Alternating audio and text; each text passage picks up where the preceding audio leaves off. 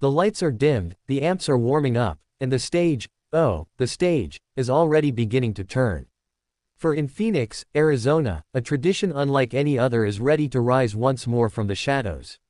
The 23rd annual Alice Cooper Christmas Pudding is not just returning, it is set to explode like never before.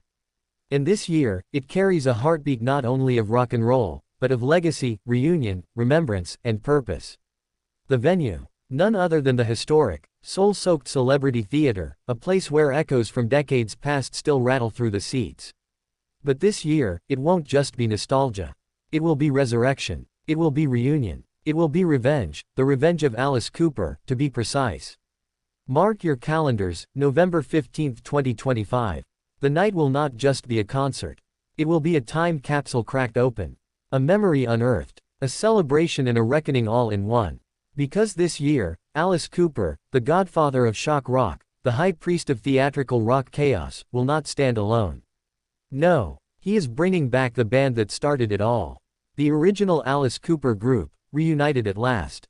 The same lineup that defined the darkness of the 70s.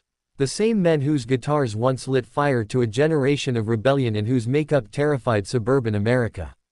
And now, they're back. Dennis Dunaway, Michael Bruce, Neil Smith. And yes, though Glen Buxton left this world in 1997, he too will join the band in spirit, in sound, in song. Because Alice and the surviving brothers of their blistering youth have built something sacred. They have stitched together history with tape, memory, and love. They found an old cassette of Buxton playing a guitar riff from the 1970s. A ghost captured on magnetic tape. And they gave it breath. They gave it purpose. They made it the foundation of a new track, What Happened to You? It's not just a song title. It's a question that haunts decades. What happened to youth? What happened to fire? What happened to that chaos that once took the stage and redefined music? And the answer is, it never died. It was only sleeping. On July 25, the world will hear their first full-length studio album since 1973, The Revenge of Alice Cooper. But on November 15, that revenge will be felt. It will shake the ground. It will dance through riffs and drums and the roar of fans who never stopped believing in the legends they grew up with. But Alice isn't stopping there. He's never been one to hoard the spotlight. He's always been a mentor, a supporter, a visionary for youth. And this year's Christmas Pudding lineup includes another giant, Don Felder, formerly of the Eagles.